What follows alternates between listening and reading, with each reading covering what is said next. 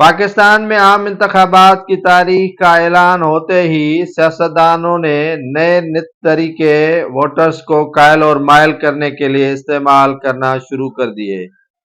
یہ Peoples party کے امیدوار پی پی 266 کے سردار ممتاز علی چانگ ہے،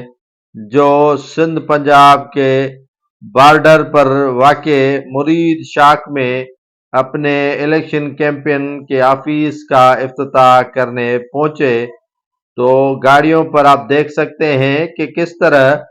لگائی گئی ہیں بڑی بڑی تصاویر اپنی پرچم پارٹی کے اور لیڈران کی۔ پہلے یہ ہوا کرتا تھا کہ صرف بینر لگائے جاتے تھے اور پرنٹر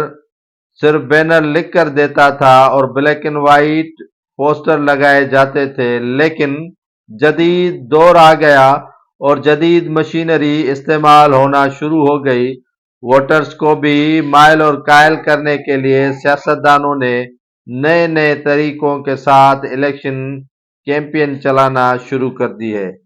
پاکستان میں جہاں الیکشن کمیشن آف پاکستان کی جانب سے محدود وسائل میں الیکشن کیمپین چلانی ہے اور خرچہ کم کرنا ہے، لیکن اس کے برعکس پاکستان بھر میں سیاستدان بڑے بڑے اخراجات کر دیتے ہیں۔ آپ اندازہ لگا سکتے ہیں کہ الیکشن کمیشن آف پاکستان کے آرڈیننس پر کتنا عمل ہو رہا ہے اور کتنی الیکشن میں شفافیت نظر آ رہی ہے۔ ہر کسی حلقے میں کروڑوں روپے لگائے جاتے ہیں، نہ صرف